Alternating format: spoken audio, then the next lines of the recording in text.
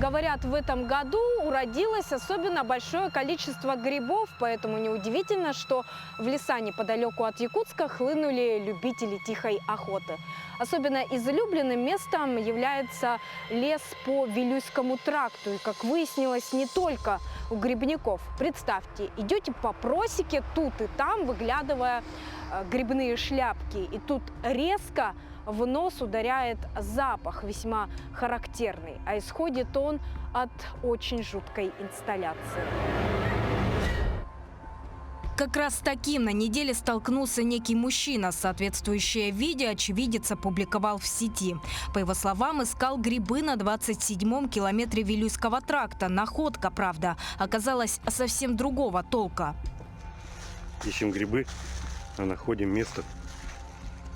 Не знаю, что-то сатанистов слишком много стало. Коза подвешенная. Практически идентичное капище в эти дни нашла и другая семья грибников.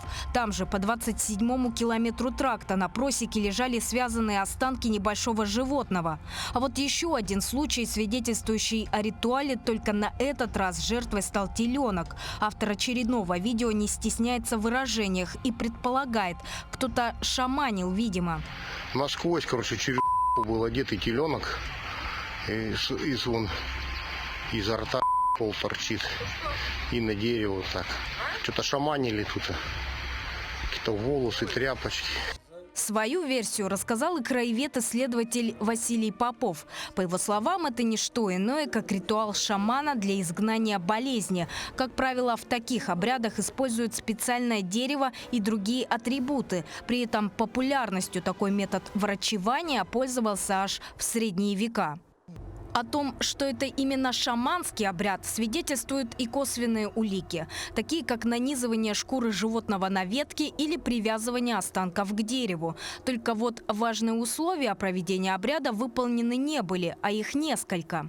Шаман выбирал дерево с двумя развилками. И на сучке между двумя развилками он насаживал деревянную стрелку кочей.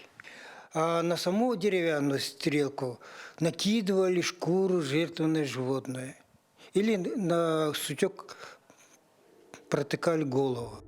Попов добавил, что всецело поддерживает возрождение якутской культуры и традиций. Но такие попытки возвращения к средневековью он не одобряет. И вообще было бы неплохо, если бы историей заинтересовались правоохранительные органы.